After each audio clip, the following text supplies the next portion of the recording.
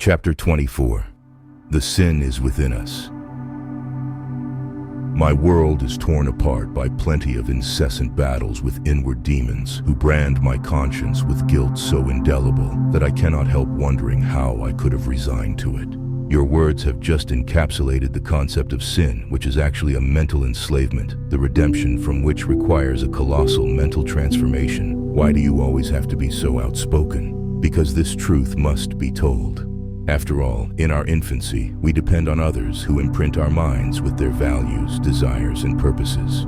Thus, one is brought up to fully resign to the will of others, since every defiance is a sin, which, eventually, will be harshly punished by all kinds of gods and demons. It is at this early stage already that you discover human finiteness in the most terrible way.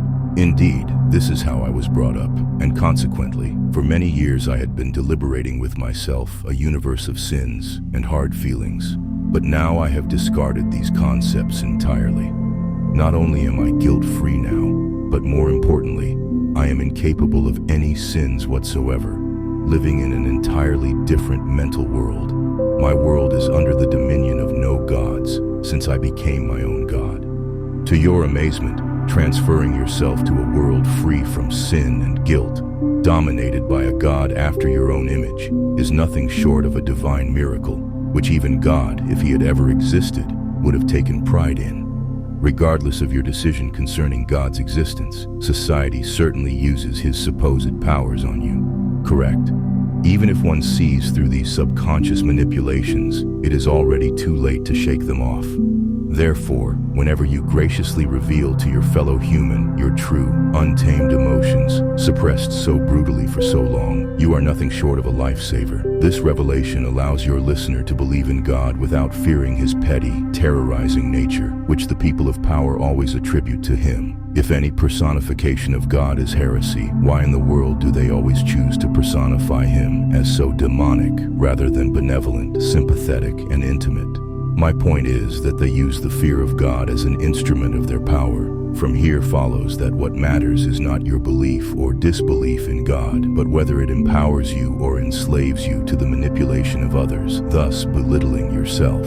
As I put it during some intense argument, once humans chose to humanize God, they could no longer be held responsible for their choices in life. My long and dolorous life experience taught me that the faithful ones prove more resilient facing the worldly tribulations, since faith serves as their great source of great comfort. This is the very reason why it doesn't matter whether or not your faith is true, as long as it has such comforting and empowering effects. After all, the illusory hereafter alleviates the pain of the miserable, inspiring them with hope of a happy, though posthumous, reunion with their loved ones, whether or not they have any idea about the finiteness of death. After all, humans will embrace any illusion elating their depressed minds. Those most strongly affected by the guilt manipulation go as far as assuming the guilt for their condition, since if their hearts are sinful, they are to blame for everything befalling them. As it seems, some individuals enjoy feeling guilty and tainted with sin, since this means that God cares about them, like self-centered infants who believe the entire world only cares about them. After all, divine providence sounds like the highest praise a lonely heart can aspire to. Let me tell you that if I had ever encountered a sincere penitent sinner, I would have quoted to him the all-too-human philosophy of Simone Weil in Gravity and Grace.